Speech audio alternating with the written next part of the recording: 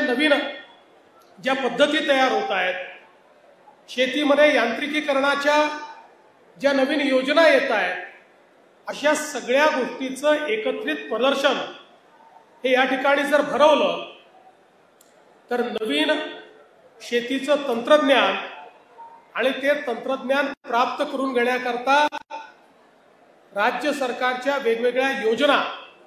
याचं एकत्रीकरण या ठिकाणी होईल आणि अनायसे पांडुरंगाच्या दर्शनासोबत आमच्या शेतकऱ्याला शेतीमध्ये त्या ठिकाणी नवीन पद्धती विकसित करण्याकरता एक मोठा फायदा होईल। आणि म्हणूनच तेव्हापासून दरवर्षी अशा प्रकारचं कृषी प्रदर्शन करण्याचा निर्णय आपण घेतला आणि मला आनंद आहे की याही वर्षी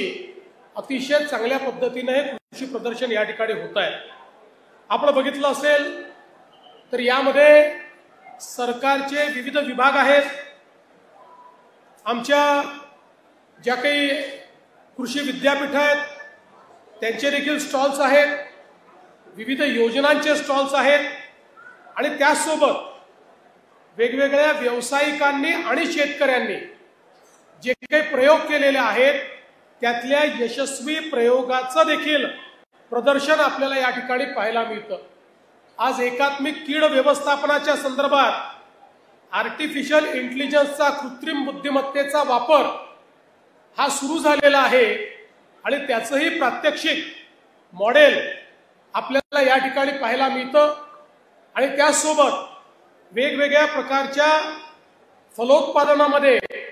ज्या काही पद्धती आलेल्या आहेत त्या पद्धती आपल्याला पाहायला मिळतात। उत्पादकता वाढवण्याच्या दृष्टीनं आज आपण पाहतोय की मोठ्या प्रमाणात सेंद्रिय खतं असतील, नैसर्गिक खतं असतील, वेगवेगळ्या प्रकारची मिश्रणं असतील, याचं एक चांगलं संशोधन तयार झालेलं आहे। त्याही संदर्भातली माहिती,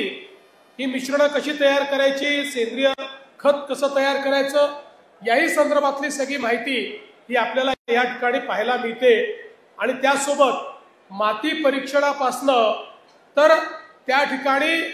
कापणीपर्यंत वेगवेगळ्या पद्धतीचे जी यंत्रसामुग्री आता आलेली आहे, जे तंत्रज्ञान आलेलं आहे, त्याची ही झलक आपल्याला या प्रदर्शनीच्या माध्यमातून पाहायला मिळते। महाराष्ट्र सरकारचा प्रयत्न आहे की एकीकडे आपलं जे काही उत्पादन शुल्क आहे ते कसं कमी करता येईल आणि त्यासोबत शेतकऱ्याची उत्पादकता कशी वाढवता येईल, जेणेकरून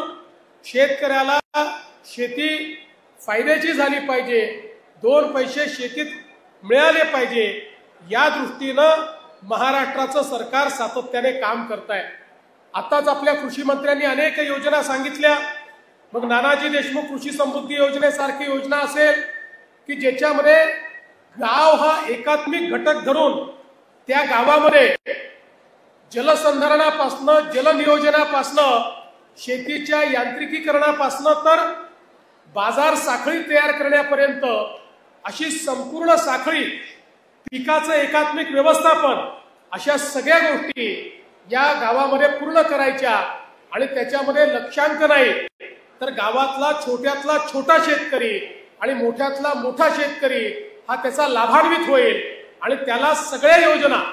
जी पाहिजे ती योजना प्राप्त करून घेता येईल, अशा प्रकारची योजना आपण सुरू केली। आणि आता नुकतंच आपल्या पीक विम्याच्या योजनेमध्ये आपण परिवर्तन केलं आणि हे परिवर्तन करताना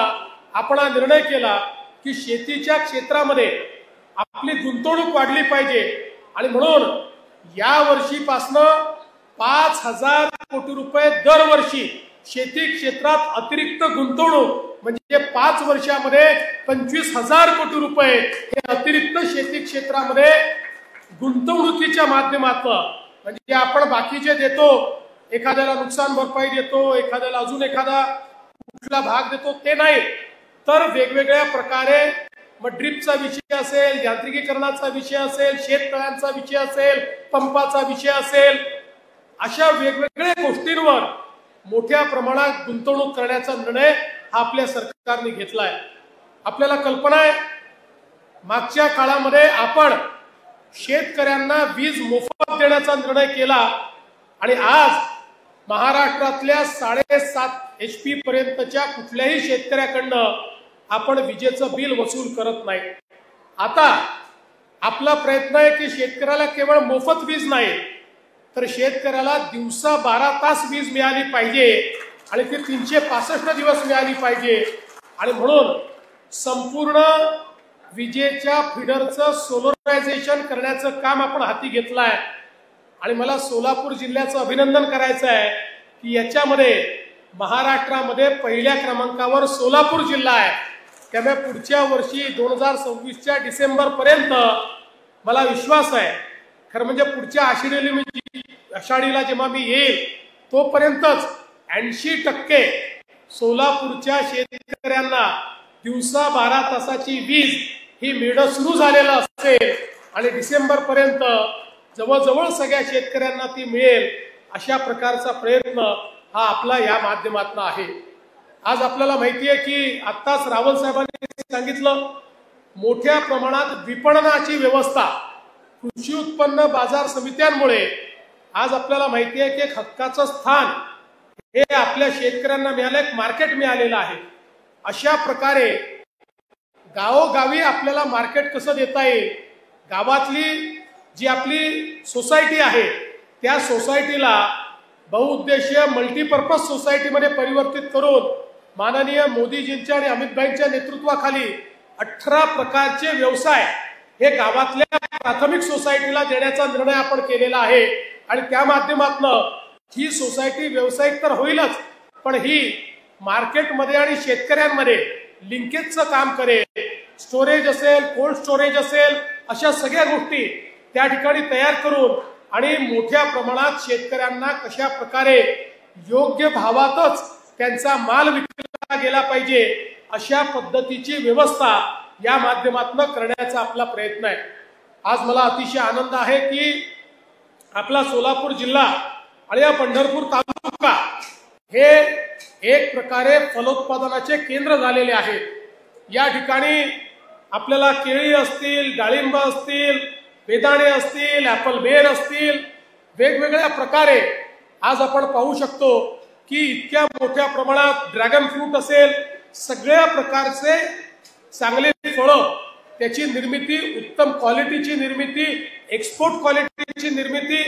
या ठिकाणी होते। आणि म्हणून मला विश्वास आहे की ज्या ठिकाणी कर्तृत्ववान अशा प्रकारचे शेतकरी आहेत त्या ठिकाणी त्यांच्या कर्तृत्वाला साजेशी ही आमची पंढरपूरची कृषी उत्पन्न बाजार समिती देखील आहे, जी महाराष्ट्रामधली एक अतिशय चांगली आणि अग्रणी अशा प्रकारची बाजार समिती आहे, जी खऱ्या अर्थानं अनेक वर्ष मोठ्या मालकांच्या त्या ठिकाणी एक प्रकारे नेतृत्वाखाली आणि त्यांच्या